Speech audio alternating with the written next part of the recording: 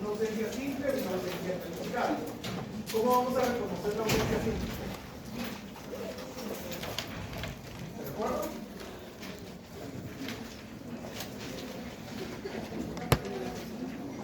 Tenemos conocimiento que la persona está en la República. ¿Y cuál es la ausencia calificada? Cuando no se sabe de su paradero. Que se ignora. Se ignora. ¿Sí se puede buscar?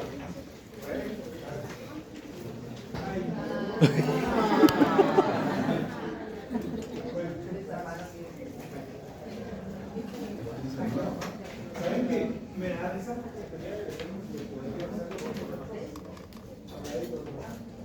entonces, ausencia simple, sabemos que la persona está fuera de la República. Por ejemplo, en Estados Unidos, en otro país, ¿ya? Solo sabemos que no está presente acá. Mientras que la calificada, ignoramos el paradero. Por eso cuando hablamos de ausencia, necesitamos tener un plazo para poder solicitar. ¿Cuál es ese plazo?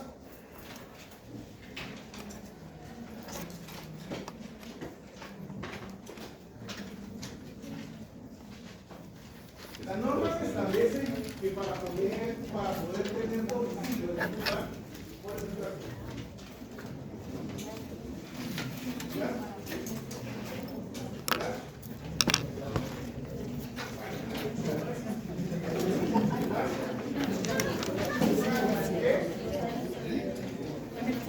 De permanencia voluntaria en el lugar. Por eso es que cuando ustedes quieran ser alcaldes o alcaldesas de algún municipio, ¿con cuánto tiempo deben de demostrar que están viviendo ahí? 6 meses. Yo tengo 5 años. Y dijo 4, no lo pagado 12 pesos, mire. Es un año para fincar el domicilio, es un año. Muy bien. Si el domicilio, en el artículo 30-31 del Código Civil me establece que para fincar mi domicilio es la permanencia voluntaria en un lugar durante un año, ¿cuál es el plazo para poder solicitar la ausencia? No.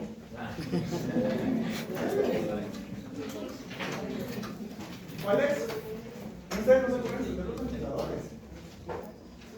Si los pueden encender, préndanlos. Mucho ruido va a Ahora hacer. todos se nos siente el sobaco. Muy bien. ¿Cuál es el plazo? ¿Quién dice los años? A ver. La ausencia me establece, tengo ausencia y después puedo solicitar la muerte presunta. Pero para esa muerte presunta, de la ausencia debe ser una ausencia calificada. Porque yo debo de ignorar el paradero, ¿sí?, de la persona que quiero declarar ausente. Por eso es, ante la ignorancia, es una ausencia calificada. Material. Estando ahí, la ley me establece 3 supuestos. Usted podrá decretar la muerte presunta una vez acaezcan los 3 supuestos. ¿Cuál es el primero? Se los di en la última clase. Bueno, el plazo es 5 años después de la declaratoria de ausencia calificada. Pero me dice, usted no debe de esperar los 5 años cuando alguien haya ido en avión y haya un choque o se desaparezca el avión. ¿Sí? Cuando haya un naufragio en barco o en alta mar, o bien cuando haya un terremoto o un tsunami y no sepamos dónde se encuentra la persona. Ahí se debe solicitar, creo que es 1 año, 2 años, si no estoy mal. Pueden revisar en el Código Civil. 1 año. Acá en la universidad, cuando vemos en Derecho Civil 1, lo relativo al domicilio y consecuentemente la ausencia, ¿sí?, nos establece que como el domicilio es 1 año, la ausencia, por analogía, ¿cuánto va a ser? 1 año, ¿o no? Pero eso está malo. Quien encuentre un fundamento legal que diga que la ausencia se pide en 1 año, le regalo los 100 puntos del curso. ¿Quién de aquí a que finalice la clase? Pero eso está mal, porque realmente no nos establece ese plazo. Solo dice el artículo 42, se podrá solicitar la ausencia en dos casos: cuando esté fuera de la República o cuando ignoremos el paradero. ¿Ya? Y para poder acceder a este trámite de jurisdicción voluntaria denominado la ausencia, que por cierto es un trámite mixto. ¿Por qué es un trámite mixto? Muy bien. Es el único trámite de jurisdicción voluntaria que resuelve el juez a través de una resolución o auto de declaratoria judicial de ausencia. ¿Pero cuál es el plazo?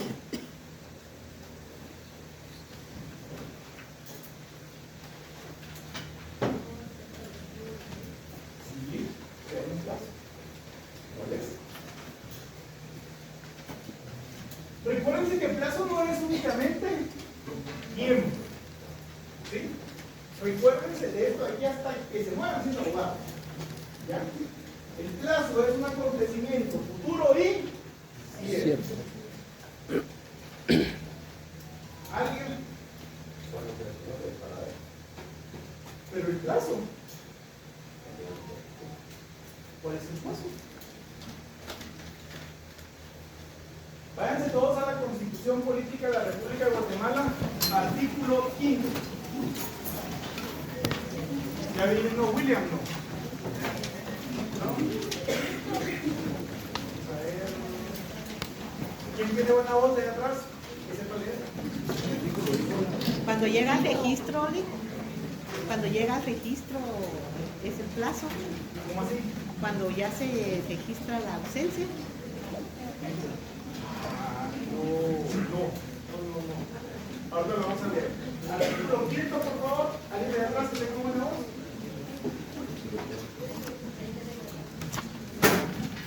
¿Quieres leer un Dale. Artículo 5. Libertad de acción. Quinto, Perdón. Toda persona tiene derecho a hacer lo que la ley no prohíbe.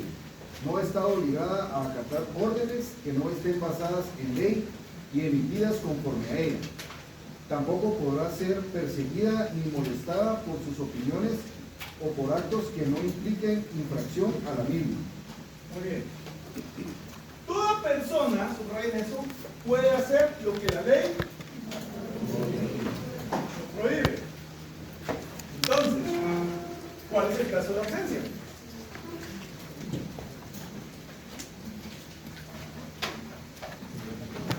¿Cuál? ¿Cuál? Puede ser un mes, muy bien, plazo. 3 meses, muy bien. Pero hay una condición que debe de cumplirse. ¿Cuál es? A petición de parte. ¿Cómo así que petición de parte? O sea, que la persona que lo solicita, que Ante el notario, sí. Pero hay una condición previa para eso. se ignora su paradero. Exacto. ¿Cuándo la puedo pedir? Cuando yo ignoro el paradero. Ese es el plazo. Reitero, no tiene un tiempo de decir un año, 3 meses, un mes. Es cuando yo ignoro el paradero. ¿Puedo pedir la declaratoria de la ausencia calificada? Sí. ¿Por qué? Porque yo ignoro el paradero. Artículo 5 de la Constitución Política de la República de Guatemala, en virtud que yo puedo hacer todo aquello que la ley no me prohíbe. ¿No me prohíbe? ¿Y por qué no me lo prohíbe? Porque no está regulado en el Código Civil. ¿Sí? Caso contrario, el artículo 141, si no estoy mal, de la Constitución, no 154 de la Constitución, que me establece que los funcionarios públicos únicamente pueden hacer lo que la ley me permite. ¿Sí? Entonces, ¿cuál es el plazo? Cuando yo ignore el paradero. ¿Puede pasar un día? Sí, no sé dónde está. ¿Pueden pasar 5 años? Sí, ignoro dónde está. Cuando acaezca esa condición dentro del tiempo que dé por el artículo 5, puedo ir a solicitar la ausencia. ¿Quería empezar con él? ¿Sí? Muy bien. ¿Cuál es el objetivo de la declaratoria de la ausencia?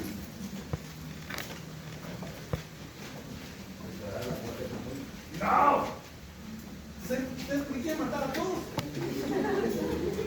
Imagínense que la que es su esposa se ausenta, ignora su paradero. En la puerta.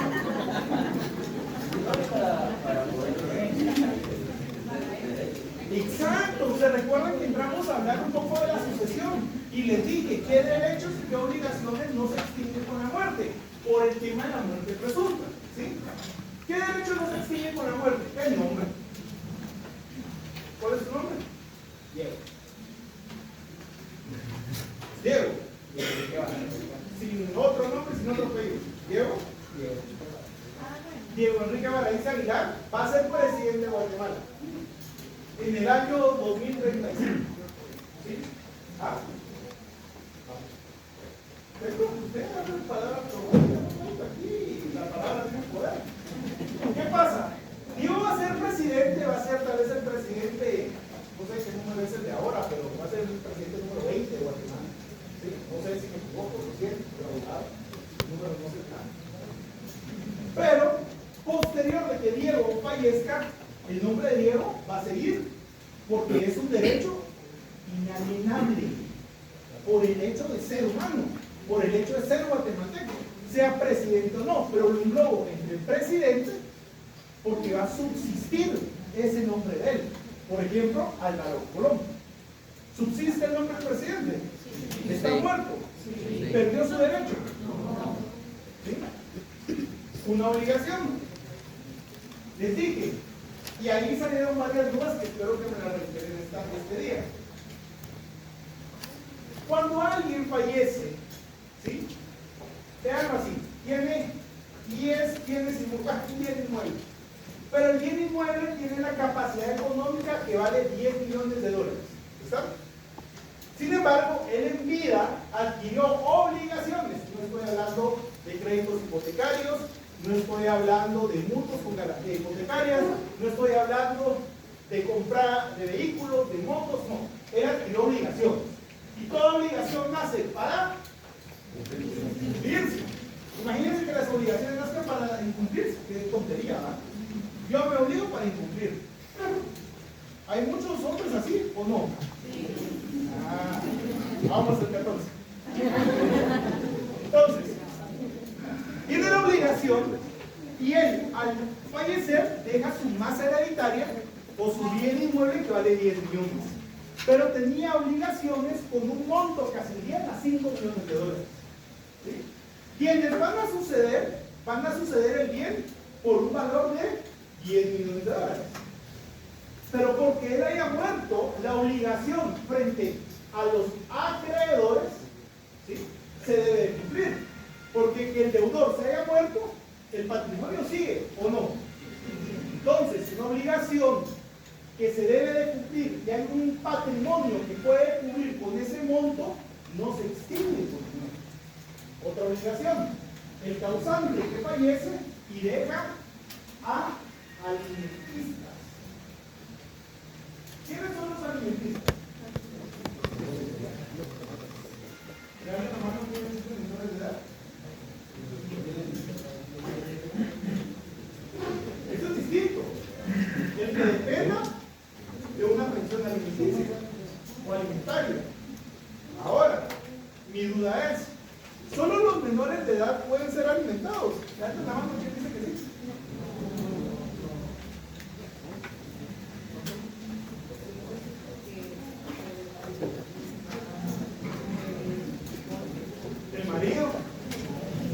El marido no encuentra trabajo, ¿cuál es la obligación? Según el artículo 109 del Código Civil.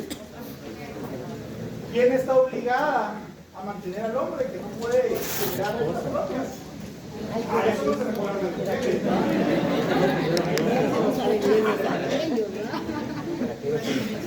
el que se compromete, señores,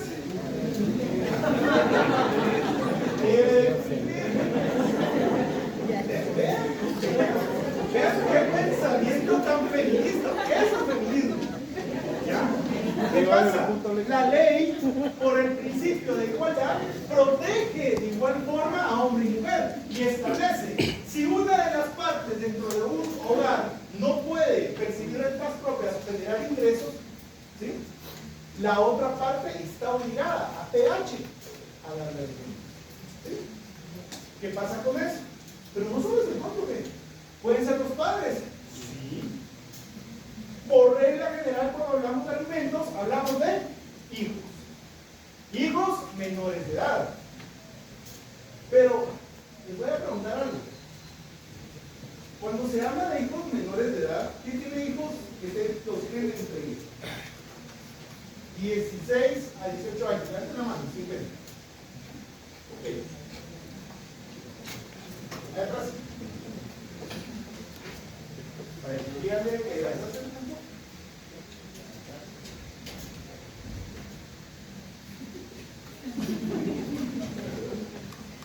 Cuando tenemos hijos entre 16 y 18 años, ¿ustedes creen que el niño al cumplir 18 años automáticamente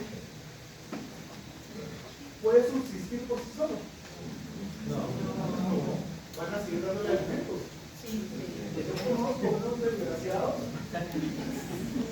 y cuando el niño, un mes antes de cumplir la mayoría de edad, están pidiendo la extinción de la pensión alimenticia, para que el momento en que le juzguen la audiencia, ellos puedan deshacerse de esa obligación.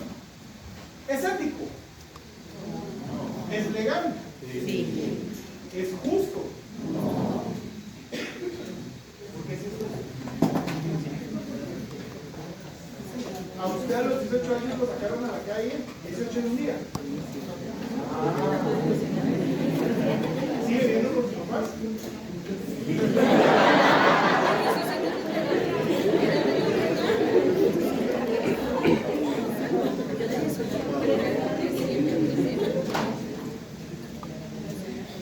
¿Es legal? Es legal.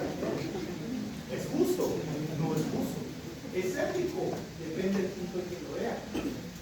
Hoy en día en los juzgados de familia hay una tendencia en donde los jueces empiezan a fallar a favor, ¿sí?, de no dar esas extinciones o reducciones, ¿ya?, de las pensiones alimenticias. Dígame, un hijo, por más malcriado que sea, 18 años un día, sáquenlo a la calle a ver qué hace. ¿Por robar? ¿Lo va a hacer mula? ¿O cualquier análogo distinto? ¿O no? Entonces, cuando hablamos de esas obligaciones, hay obligaciones. Ustedes saben que aquel irresponsable que no haya cumplido con la obligación y el menor llega a sus 18 años de edad, todavía tiene un plazo que la ley le da posterior de esa fecha para exigir los alimentos. ¿Sí? Ahí está la ley. ¿Por qué? Porque el legislador previó y dijo, bueno, tiene mayoría de edad, 64. Yo me recuerdo que, y les comparto esto, tal vez sonará muy tiktokeso, horrible o lo que quieran, pero mis papás, cuando yo tenía 22 años, me dijeron una vez, yo a tu edad, yo ya estaba con un bien propio y con un trabajo propio. Y vos te seguís levantando a las 10 de la mañana. Claro, estoy estudiando. ¿Qué? Hoy en día les digo, me levanto a las 3:30 de la mañana y me duermo a las 11 de la noche. Y así han sido los últimos 8 años de mi vida. Bueno, 9, de que me gradué aproximadamente. Pero ¿qué pasa?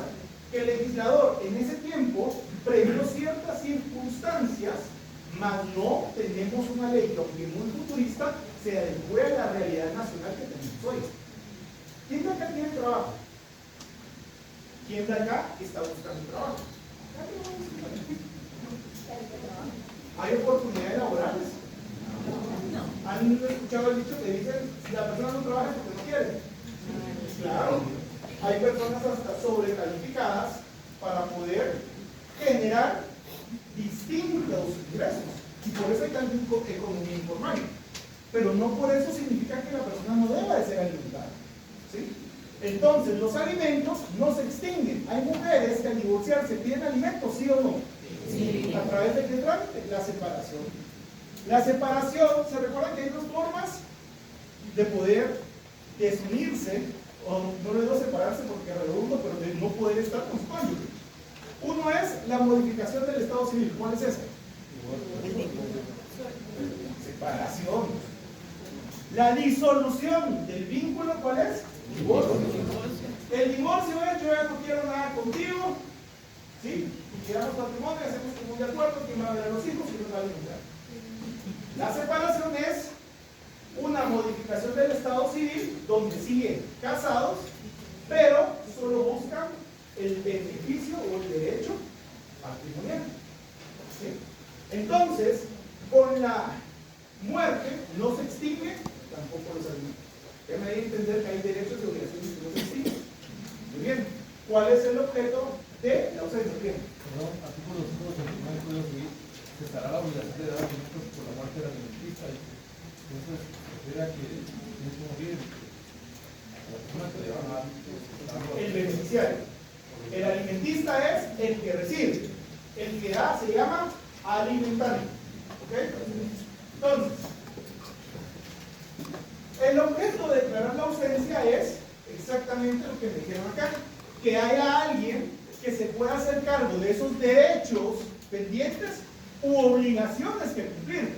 Por ejemplo, el que está ausente era el único hijo heredero de Dionisio Gutiérrez y está ausente. Puede recibir toda la herencia de Pollo Campero y Corporación Multiinversiones, que es Spectrum y un montón de empresas. ¿O no puede? Sí, es un derecho, aunque no esté presente. Entonces, ¿para qué voy a declarar yo o solicitar yo la ausencia? Para que se nombre un defensor judicial que pueda, ¿sí?, intervenir en un juicio a representar ¿a quién? A los ausentes. ¿Qué persona? Y ausencia significa la no presencia. ¿Sí? No está. Muy bien. Vámonos al artículo 416 del Código Procesal Civil y Mercantil.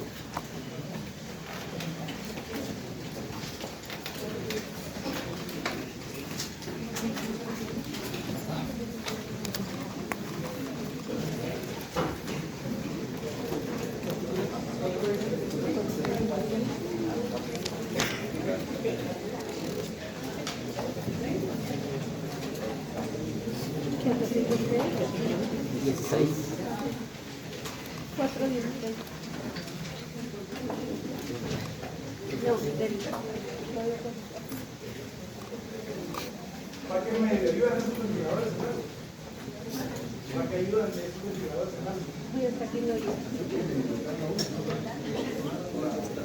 Este de acá, yo creo que ese es el de allá, miren. Es los que estaban antes. Este de acá que dice igual el de allá, ¿sí? Bueno, el de atrás. Ah, desde ahí o su compañero que no sabe. Ojalá que les traiga un cartón. Vamos. Si se empieza, se lo digo una vez, si se empieza a mover demasiado, se lo toca más fuerte. Yo he tenido la oportunidad de clases en todos los salones del edificio, pero ahí enfrente, el mismo salón grande de acá, esos son ventiladores de medio literalmente bailaban samba. Pero creen que la gente se moría. Primero parecía que la carrera entera que no se quería.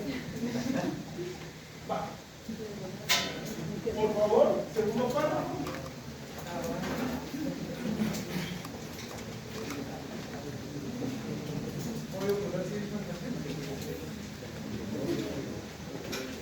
Yo ya les dije que traigan sus leyes.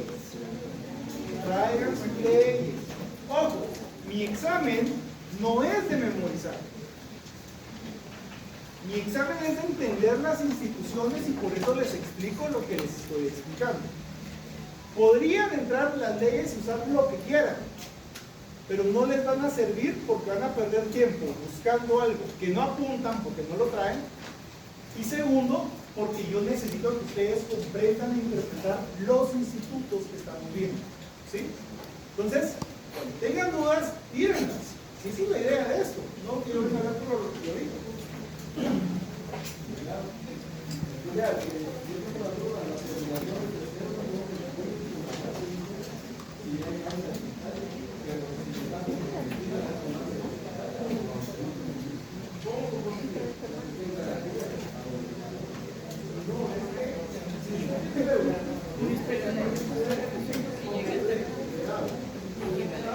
Porque sí, a mí sí me está un poco, por eso era no me está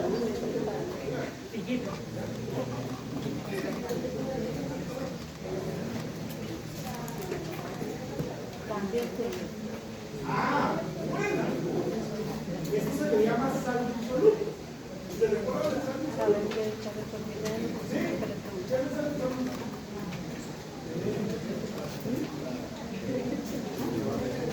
¿Qué pasa ahí?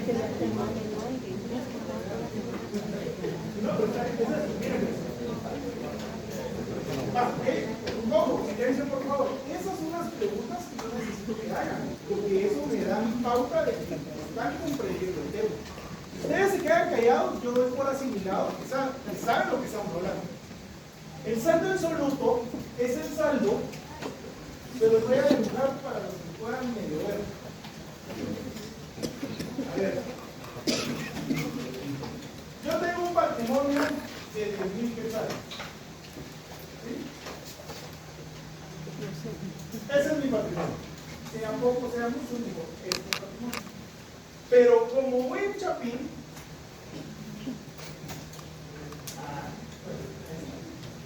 yo me gasto 50,000 quetzales en tarjetas de crédito, en comprar, en viajes, en lo que quiera.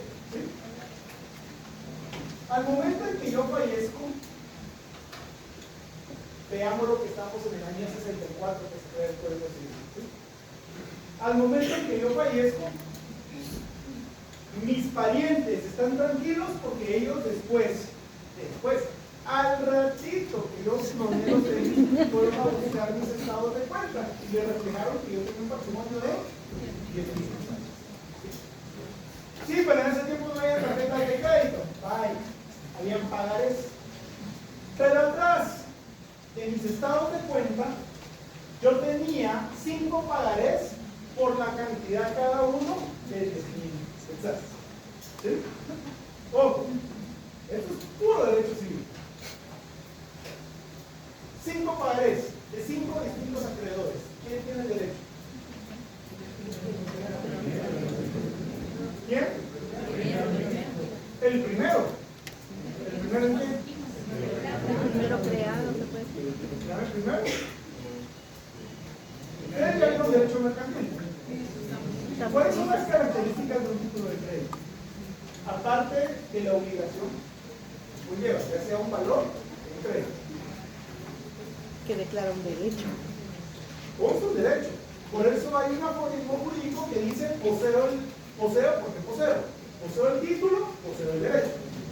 Sin embargo, los títulos de crédito y títulos de valores tienen una característica cuando se fraccionan, que es lugar, fecha. Eso es el Código de Comercio de Guatemala. Lugar y fecha. ¿Quién va a ser mi primer acreedor? El primer creado. De fecha es antigua. Entonces, cuando él se entere que yo fallecí y le debía 10,000 quetzales, ¿qué va a ir a hacer?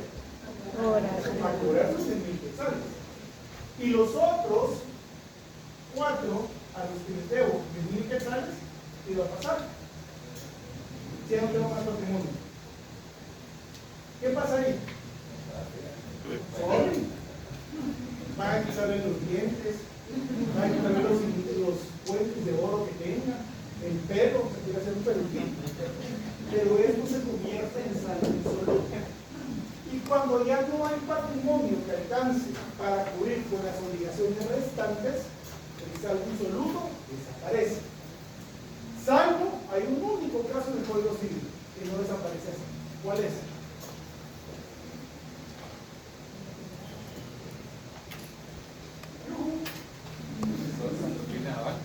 ¿Cuál?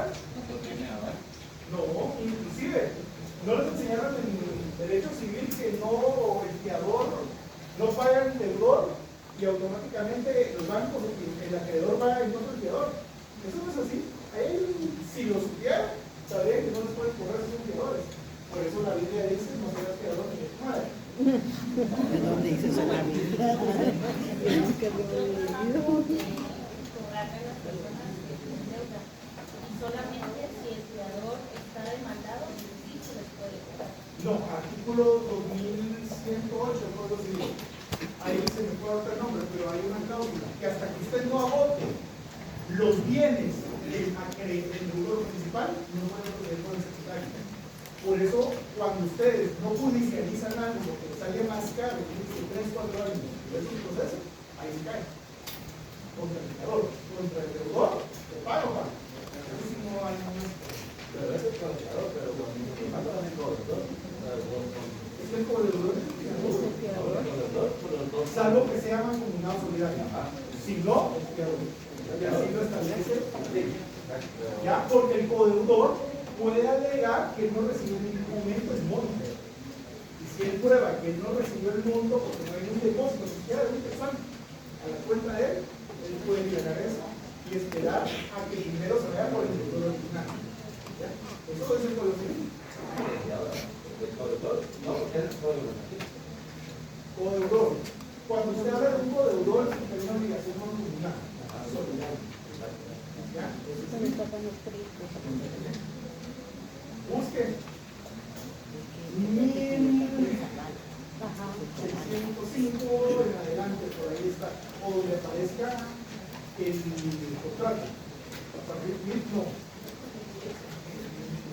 1605, siempre están las obligaciones, 1417. Donde está el contrato, de ahí van a encontrar en las obligaciones más simples, una unidad.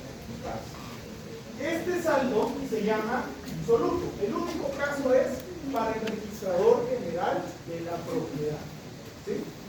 Es el único saldo insoluto que no se extingue con los bienes del registrador por una posibilidad de perjuicio. El registrador, veanlo así, registra nombre de otro por equivocación 20 hectáreas de tierra. ¿Sí? Y su patrimonio alcanza solo para 10.000 quetzales. Esas 20 hectáreas son 20 millones de quetzales. Entonces va a deber 19.999.000 quetzales. Al dueño, si pone mala fe, es el único saldo insoluto que la ley establece que se debe cumplir y que es solidariamente responsable hasta el cumplimiento de uno. ¿Sí? Entonces, yo quiero declarar un defensor judicial para que comparezca a juicio, ya sea para obtener un derecho a favor del ausente o bien cumplir con la obligación del ausente. ¿Sí? Artículo 416 del Código Procesal Civil Mercantil.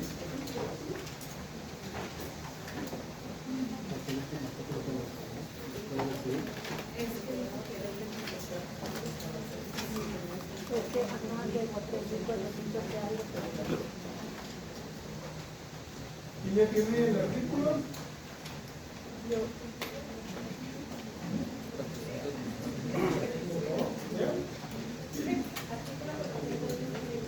Pueden obtener la administración de los bienes del ausente los que se crean con derecho a ellos.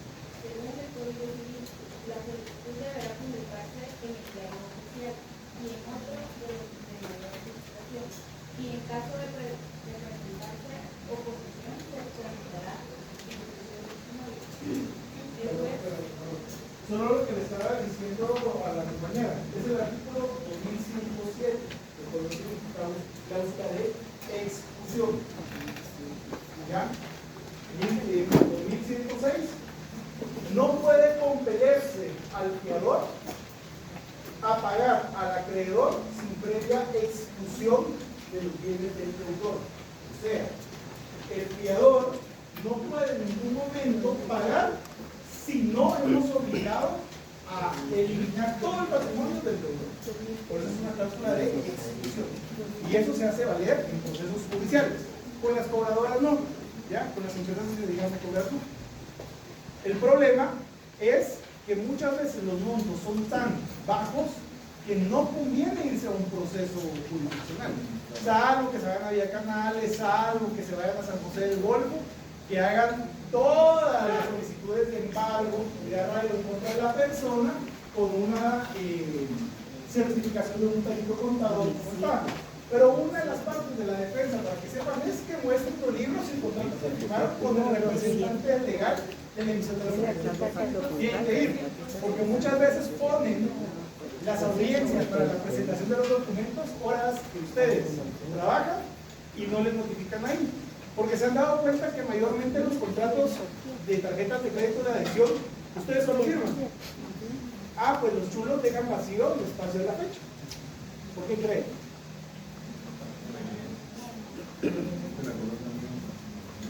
¿Ya? Por eso se llama cláusula de exclusión. El problema es que si deben 3.000 quetzales y el abogado, porque va a hacer cosas que les va a cobrar 15, eso lo paga. Es una mala práctica. Muy bien. Artículo 416, el párrafo, por favor. La solicitud deberá publicarse en el diario oficial y en otro de los de mayor circulación, y en caso de presentar oposición, se tramitará en 15 años. El juez ordenará que se dé la administración de los bienes ausentes a los interesados, de acuerdo con lo dispuesto en el Código Civil. Muy bien. El defensor judicial necesita ser una persona de notoria honradez. ¿Sí? ¿Quién es el honrado, señores? ¿Quién es el probo? Van a decir, ¿dónde? 103 de la Constitución. No, ¿qué es el honrado? ¿Quiénes de acá hemos tenido deudas? ¿Han incumplido alguna vez alguna de ellas? ¿Sí? Situaciones fuera de, y lo reconozco, situaciones fuera de mi alcance, pero cuando puedo, las he cancelado y he disfrutado. Aquí no viene ninguno, qué bueno. A ver, ¿quién compra ropa para acá?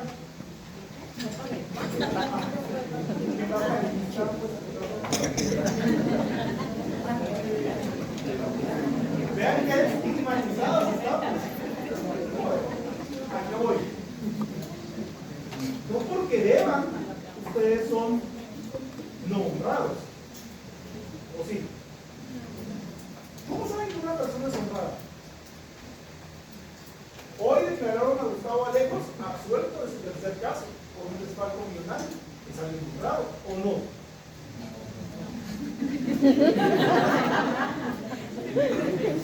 Digamos ¿No que lo harán? sí. Dígame. ¿Por qué?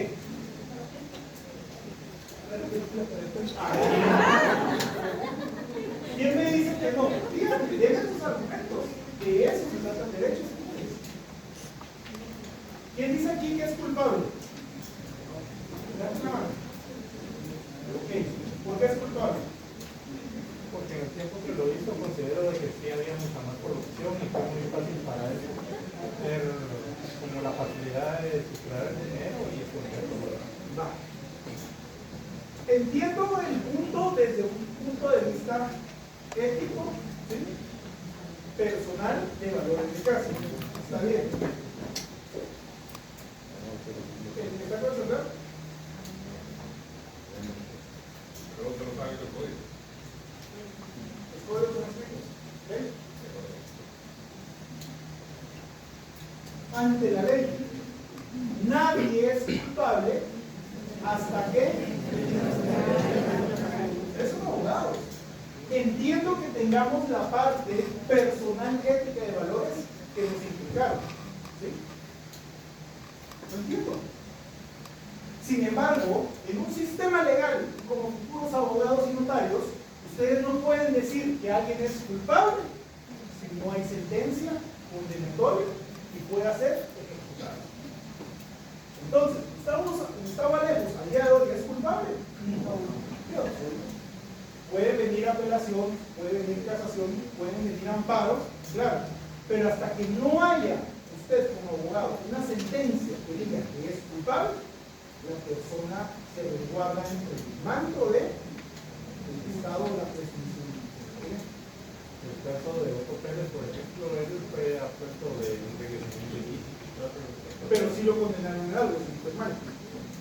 Pero ahorita, o sea, fuera de que si fue con él, fuera fuerte y no tenía dinero porque no robó, ¿verdad? ¿De dónde sacó los...? Los 10 o 3 millones que tiene Fíjense que él tenía unas fincas, eso me consta por dicho de un general que estuvo con él desde el ejército, que era señor Rojo.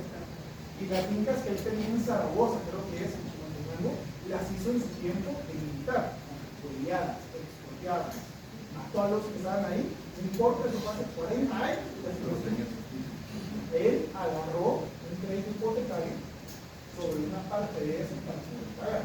Claro, crédito hipotecario que va a pagar de aquí a 30 años con las 300 o 400 caletas que yo supongo que tienen. ¿Ya? Pues, yo entiendo, no sé, yo puedo entender la cuestión práctica, lo que pasa en los hechos, lo que nos dicen, pero en la cuestión legal, el juez tenga o no tenga razón, hasta que no haya una sentencia condenatoria, y eso se tiene que acostumbrar. Fíjense que les conté que mi mamá es abogada también. Y un día llegó conmigo porque la hija de una de sus mejores amigas de infancia, la señora le puso en la casa antes de que ella tuviera 15 años a su nombre, y una muchachita, otra con 19 años, se metió con una persona equivocada y le echó su casa.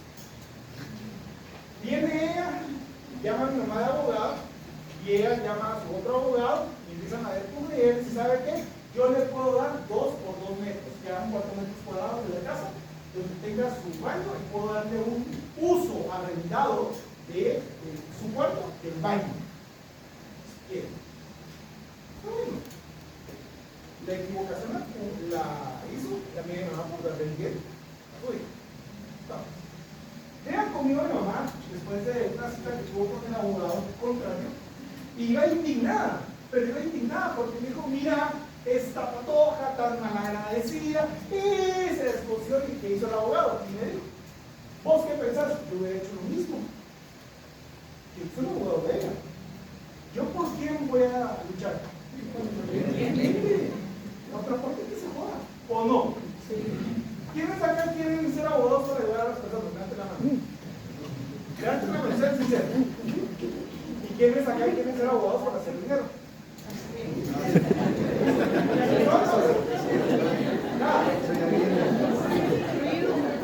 El licenciado Mario Gordillo, cuando yo estudié Derecho Procesal Civil con él, fue la primera pregunta que hizo.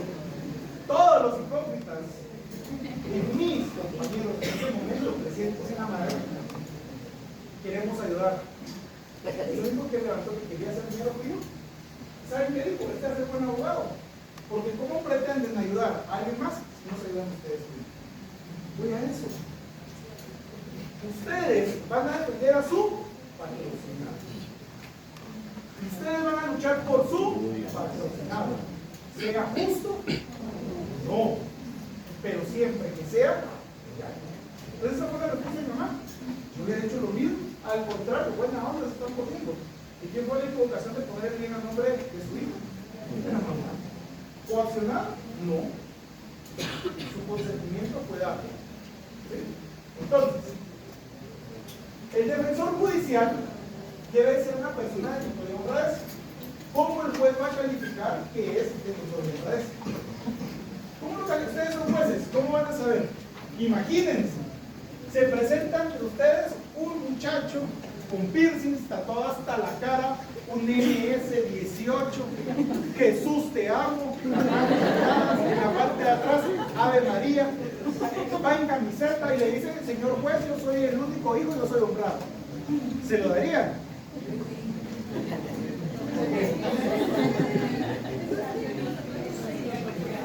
¿Cómo saben que es honrado?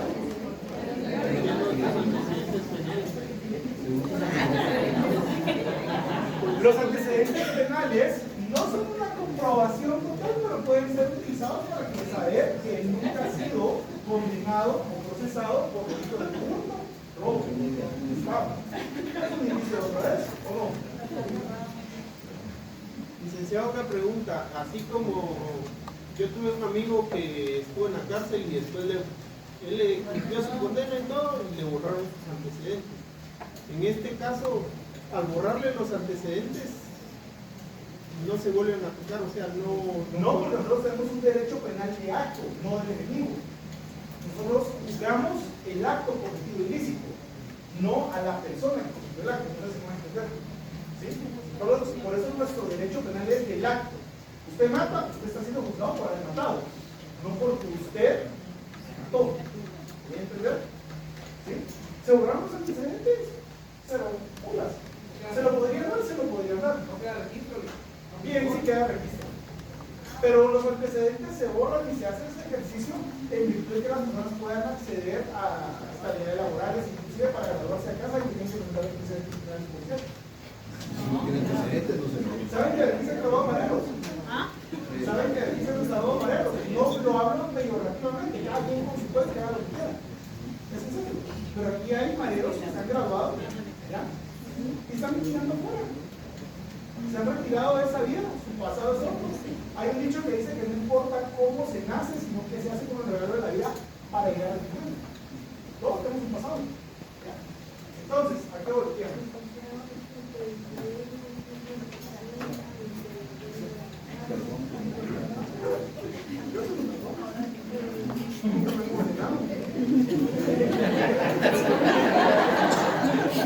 Le voy a contar. Yo en el año 2012 estaba en Miami. Tuve un pequeño problema de salud y fui a parar al hospital del condado. Y ahí me atendió un muchacho, era jamaiquino, ¿sí? 2 metros, pónganse, rastras abajo de las nalgas, tatuado del cuello para abajo. Y él era el mejor especialista, como tal, de su área y me atendió bien. Una persona excelente. Eso no depende. Hoy en día, dígame, ¿cuántos pastores no son acusados de terrorismo? ¿Cuántos padres no son acusados de terrorismo? ¿Ya? Por eso le digo, aquí puede que algunos nos sintamos más cómodos enseñando lo que tenemos o no, otros no, pero yo creo que eso no es obvio, porque al final de cuentas ustedes, pues mire, yo conocí a alguien en el estado con un cargo público alto, pero eso está, porque es por la y sin un tatuaje, vestidito, con las mejores prendas, ladrón estafador.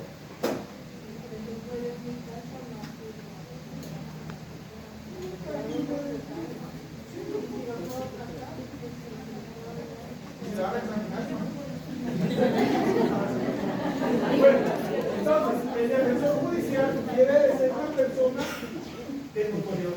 Para eso el juez lo va a calificar. Sin embargo, hay un elemento calificativo. El defensor judicial solo pueden ser 2 personas. O un pariente o bien un abogado. ¿Sí? No puede ser nadie más. Parientes, ¿qué clases de parentesco hay? Consanguinidad y afinidad. ¿Qué manda? De consanguinidad y afinidad.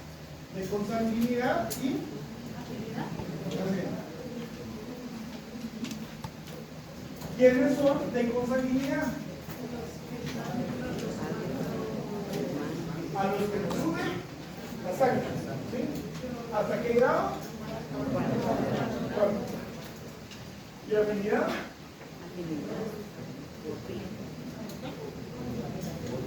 Alguien cuando yo doy esto en civil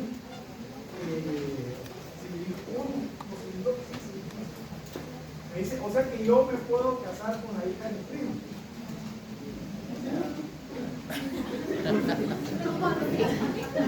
Yo lo siento bien. Bueno, me entendió ahí. Muy bien. Sin embargo, puede haber oposición a quien quiera ser defensor judicial, ¿sí o no? ¿Sí o no? Imagínense que hay 2 hermanos y el hermano más pequeño quiere ser el defensor judicial del ausente. El grande no quiere. ¿Se puede oponer? ¿Sí? ¿A través de qué? ¿Qué proceso?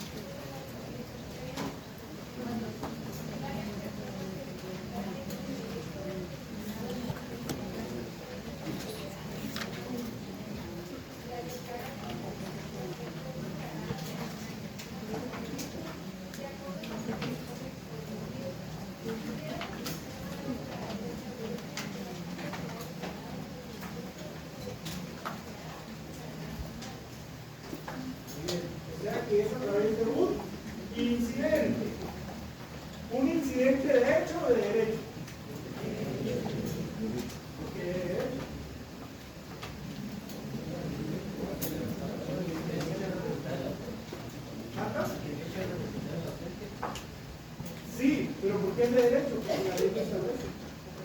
¿Cuál es un incidente de derecho?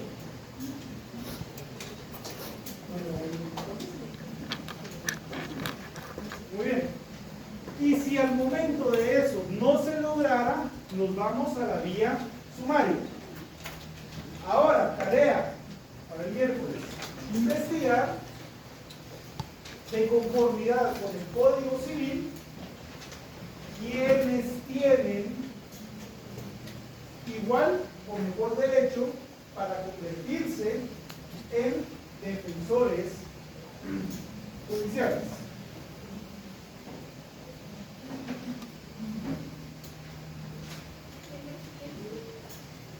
Quienes tienen igual o mejor derecho para constituirse como defensores judiciales.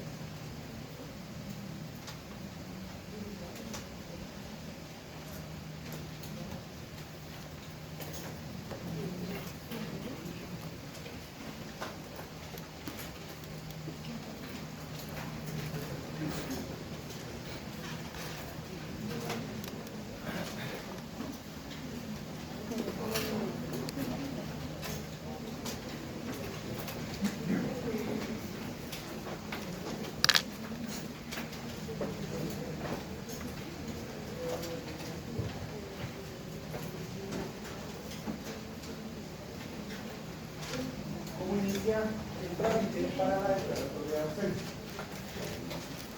Primero,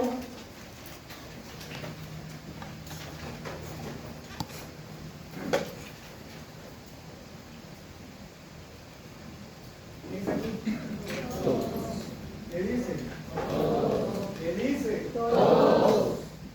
Todos los asuntos de jurisdicción voluntaria inician con acta de requerimiento, primera resolución y notificación. ¿Cuántos? Ay, de aquel que vos.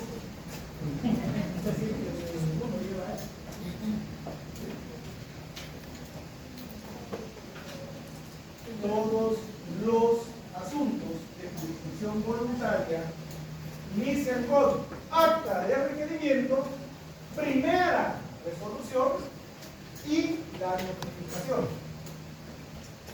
¿Ante quién se hace el acta de requerimiento? Ante él. ¿Pero quién? ¿Ah? El interesado. El interesado va a llegar ante ustedes, pero no va a llegar ante sus oficinas y le va a decir: señor notario. No va a llegar y lee esta ley, que gracias a Dios, y sí, diga: es que viera que tengo un asunto con el licenciado que hablar, que necesita. Es que viera que no sé dónde está el Pedro, entonces quiero declararlo ausente. Porque una mi amiga que fue a hablar con otro licenciado dijo que había que hacer una ausencia. Ok. El interesado o interesada acude a la sede. ¿Quién emite la primera resolución? Muy bien. ¿Quién le debe estructurar una resolución? ¿Ya lo consiguieron? ¿Ya consiguieron su acta de requerimiento? No. Estoy recibiendo. Sigue la primera clase, la segunda clase, hasta les puse el ejemplo. Le cruzaron un machote, una minuta, un formato donde decía: y firma justamente con el notario. Consigan. Y les digo, no consigan la misma. Busquen en internet. Primera resolución. ¿Quiénes saben qué es una resolución?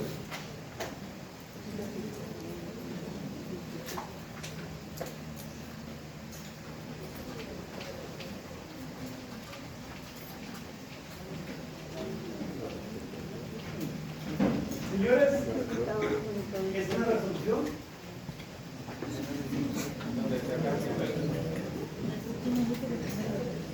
¿Qué iba a resolver?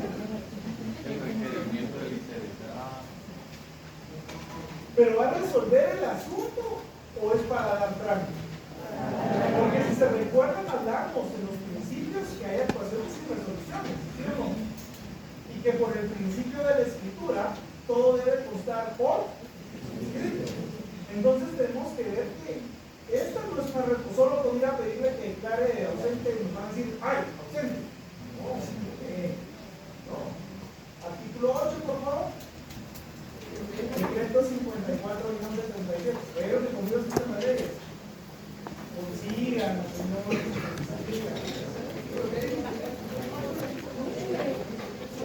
Yo sé que usted no está.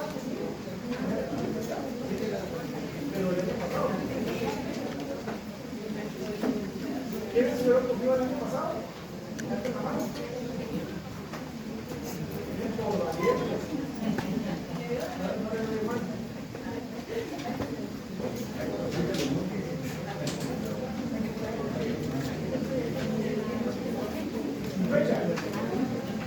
Porque es una práctica porque se mueven el pago, ellos ponen la tarjeta, 7.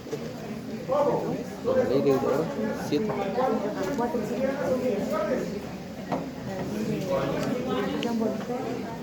¿Cuál es el artículo de la Constitución que todos sabemos? O por lo menos que ni sabemos que está en la Constitución, pero no se nos pasa. Segundo párrafo del artículo 17. Por deuda no hay. Muy bien. No vean por las palabras. Todas las obligaciones que el tarjeta de crédito prescriben los subsidios. Esa es otra salida. Mire, nos vamos a ir al proceso judicial. Si es un monto muy alto, con todo gusto. Pero, ojo. Ustedes cuando firman el contrato de adhesión de una tarjeta de crédito, casi siempre lo firman en blanco. Llega el que le da la tarjeta emocionado, ustedes firman aquí $100 pesos, $150, $100, firmo y que se lo lleven y miren de ahí todo. Pero les aconsejo que cuando sea así, ustedes signen, pero pongan la fecha en la palabra de la fecha. ¿Sí? Asegúrense de ver si es cierto. Fíjense que yo trabajé en eso y no permitieron. Por eso les digo, pero es su derecho como consumidor. Eso está en la ley de protección al usuario y consumidor. Lo pueden hacer. Y si pasa eso y no les dan ese chance, tienen el derecho de retracto. Artículo 51 de la ley de la DIAC, ¿ya? O la ley de la protección al usuario, que les permite retractarse de ese contrato por falta de formalidades de una comunicación. ¿Por qué lo hacen así? Porque usted se atrasa, ya pasaron 8 años, en lugar de la prescripción, cuando me antes y después de empezar, dice que no ha pagado desde el año. Así es.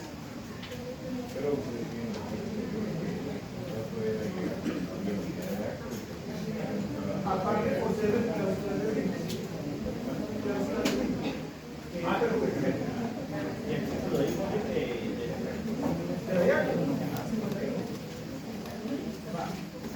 Miren pues. Entonces, ¿qué va a resolver ahí? El notario va a resolver la solicitud de la parte. Entonces va a emitir una primera resolución notarial. Se llama primera resolución notarial.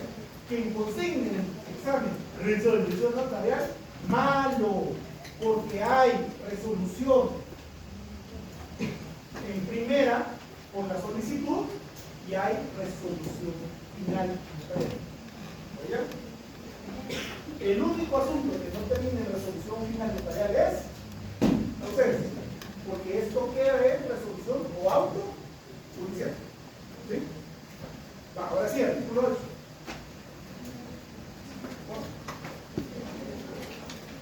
Artículo 8. La solicitud para que se declare la ausencia de una persona puede ser presentada por quien tenga interés ante el notario. El notario. Ahí. Subraya, interés y ante notario, por favor. Son las partes que deben de comparecer por el principio de inmediación. ¿Sí?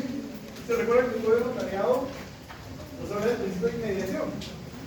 Y siempre las partes tienen que estar de quién. Y por interés de la parte, por el principio de rogación de la parte. Muy bien. Siempre. El notario, con notificación al Ministerio Público, recibirá información testimonial o documental que compruebe lo siguiente: el hecho de la ausencia, la circunstancia de no tener el ausente parientes o mandatarios con facultades suficientes, ni tutor en caso de ser menor o discapacitado, y el tiempo de la ausencia.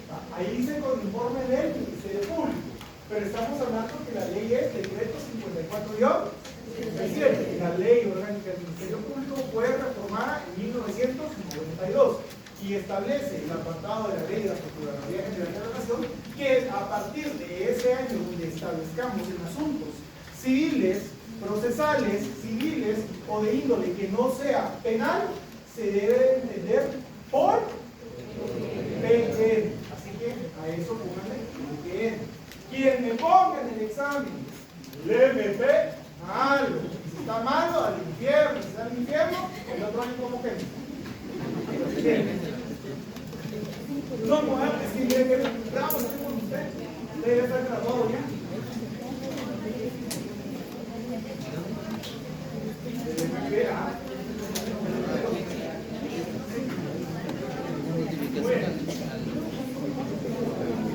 Sigamos.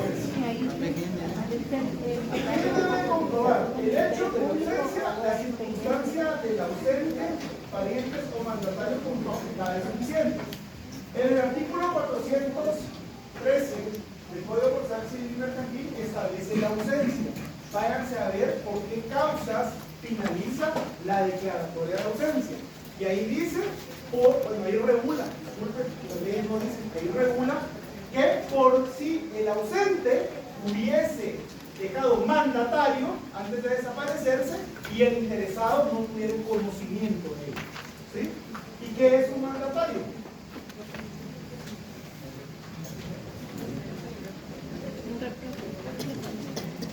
¿Es el representante del ausente o el representante de una persona?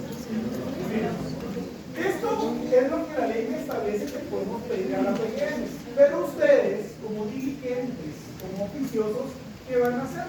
Le van a decir a su cliente, con todo gusto, yo voy a hacer las diligencias para comprobar que la persona efectivamente no esté en el país, movimiento migratorio. Voy a ir al Archivo General de Protocolos, al registro de poderes, a solicitar si no es o no existe un mandatario del que vamos a ser presuntamente ausente. ¿Sí? O bien, si no está muerto. ¿Verdad? ¿Estamos? Artículo 9, por favor. Ahora sí. Publicaciones. El notario de la primera resolución que dicte dispondrá la publicación de la solicitud en el diario oficial y en otro de los de mayor circulación, por 3 veces durante un mes, debiendo contener los edictos, la relación del asunto para el que ha sido pedida la declaración de ausencia, la citación del presunto ausente, la convocatoria a los que se consideren con derecho a representarlo, la fecha y firma del notario. Muy bien. Vamos a publicar en el diario de mayor circulación y en el oficial por lo menos 3 veces. ¿En cada uno o solo 3 veces? 3 veces en cada uno. ¿Cuál es el diario oficial? ¿Y el de mayor circulación? Soy 502, me va a decir algo. ¿Cuál es el de mayor circulación? Físico. Levanta la mano, ¿quién dice prensa libre? No, muerto diario. Es el diario de mayor circulación. Increíble, ¿por qué? Porque nos gusta el morbo, nos gusta ver a la mitad de la página las pantocas, nos gusta ver, salió por el pan y le dieron pan. Sin embargo, en la ciudad capital se recuerda que el Código Procesal Civil y Mercantil nos establece un territorio y nos dice que debemos de tener un domicilio dentro de la circunscripción territorial del órgano jurisdiccional de la capital. Estamos hablando del 77, seguíamos viendo que en la ciudad solo existía Guatemala y todo el interior no existía. ¿Han visto ese mapa que Tikal es una gran parte? Cobán, ni siquiera Alta Verapaz, Cobán es Alta Verapaz, donde está el Quetzal, Baja Verapaz, donde está el Biotop, Oriente, donde los primos se casan con primos, la ciudad capital, el lago, Antiguo Guatemala y el resto, todo el occidente. Esa era la idiosincrasia en aquel momento. Sin embargo, ahora con los medios de comunicación, si se recuerda, no sé si todavía está vigente que se publica a través de forma digital procedimientos. No sé si se puede lograr o no, o si ya entró en vigencia. Porque recuerdo que la hora tenía un problema con las imágenes. Sí, en digital. Entonces es a través de digital. Artículo 10. Remisión al tribunal competente. Pasado el término de las publicaciones o manifestado oposición por algún interesado, el notario remitirá lo actuado al tribunal competente para los efectos del nombramiento del defensor judicial y continuación de la tramitación, de acuerdo con lo establecido en el Código Procesal Civil y Mercantil. En igual forma procederá el notario si considerar necesaria la intervención judicial para que se tome alguna medida precautoria urgente. El notario, bajo su más estricta responsabilidad, puede levantar inventario de los bienes del ausente y el juez competente resolverá lo relativo al depósito de los mismos. Muy bien, ahí aparece una figura denominada guardador de bienes.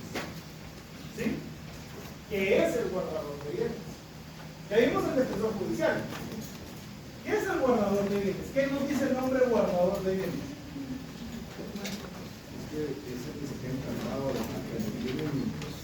Se puede nombrar o declarar al defensor judicial. Muchas personas dicen que el defensor judicial, y les digo porque lo he escuchado de abogados de años, que el defensor judicial es lo mismo que el guardador de bienes. Pero no creen que si fuera lo mismo, entonces la ley lo englobaría en una sola figura. No es así, Cristiano. No es lo mismo porque el guardador también está de mantenimiento. Sí, para ser guardador de bienes no es solo yo por mi linda carita y porque soy honrado, me los van a dar. Huechos. Aquí hay que presentar garantía. ¿Sí? Para que la administración de esos bienes del ausente, en lo que se declara la ausencia, ¿ya?, sean correctamente administrados y no lo vaya a dilapidar. Si no fuese así, pues el guardador queda solidariamente responsable a la restitución por reembolso del valor de los bienes. ¿Estamos? Tenemos el miércoles. Ahí se lo trata de lo que quede. Estos últimos códigos serán 8, 9 y 10 del... ¿De este?